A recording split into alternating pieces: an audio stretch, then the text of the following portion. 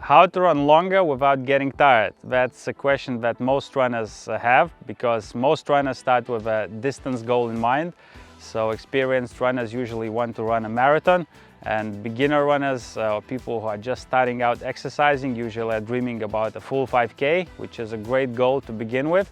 And so in this video we are going to talk about how to increase the distance of your runs without getting exhausted, and we are going to talk about how to correctly progress the distance of your runs, how to choose the right intensity, and for more experienced runners who are really extending their long runs, we are going to talk about how to eat and drink during your long runs.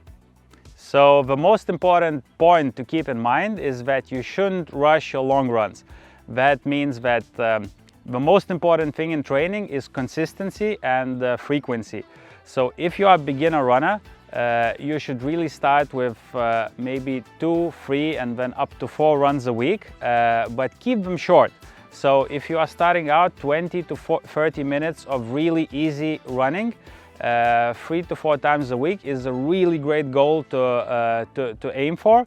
And only once you're really comfortable with running maybe 3 to 4 times for half an hour or 40 minutes in zone 1 or zone 2, and that means really easy, only then you should really start thinking about increasing the length of your run. So most runners, what they do is that they choose one weekly run. Usually that's a run on a Saturday or on a Sunday, and they start extending that run. So if you're running for say 40 minutes, you should start running for like an hour, but still keeping it easy.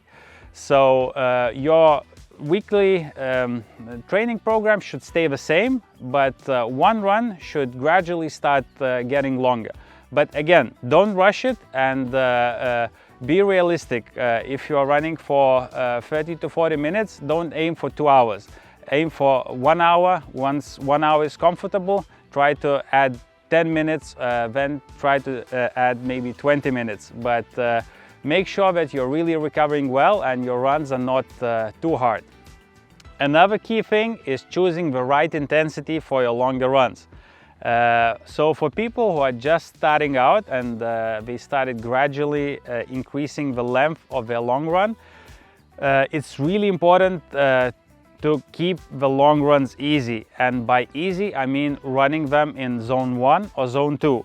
So for some people who are maybe not familiar with these terms, zone 1 and zone 2 are training intensity zones that are fully aerobic. That means your body is using primarily oxygen for energy, and these runs are really easy. They are easy to recover from, but they have a huge amount of health benefits and really a lot of fitness benefits as well. So there's basically 2 ways to determine your zone 1 and zone 2, and the first way is just by effort, and the second way is by heart rate.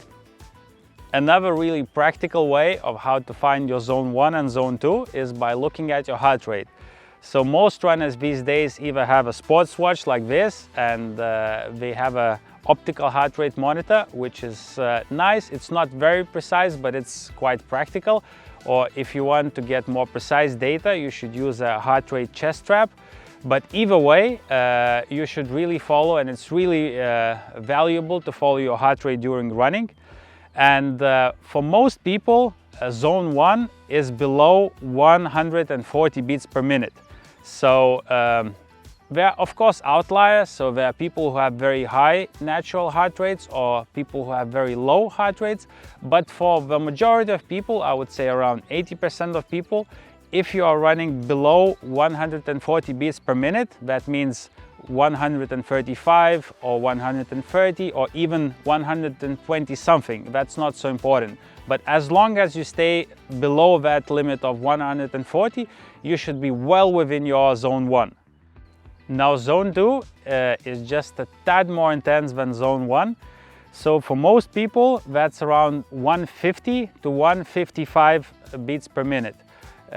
So if zone 1 is below 140, zone 2 is just around 150 beats per minute. So there's another question, how to choose if you should run in zone 1 and zone 2. So normally a good rule of thumb is that 80% of your runs should be at zone 1 and only about 20% of your running volume should be at zone 2.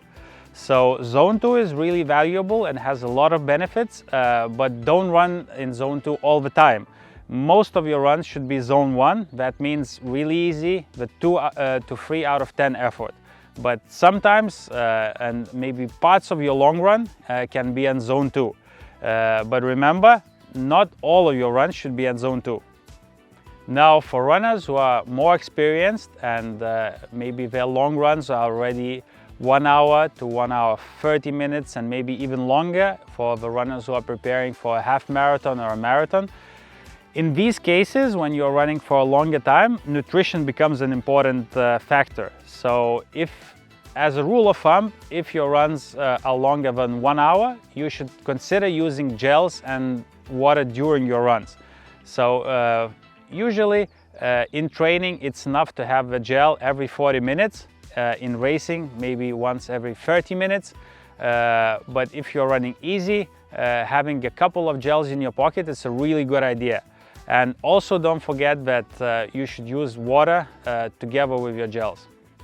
So to recap, the 3 key takeaways from this episode of how to run longer without getting tired is first, don't rush it and make sure that first you're training consistently and you're running at least 3 to 4 times a week before you start increasing the length of your runs. The second key thing is make sure that you're running within zone 1 or zone 2 and that your long runs are really easy. And if you are an experienced runner and really increasing the length of your runs, make sure to have some gels and water with you while you're running.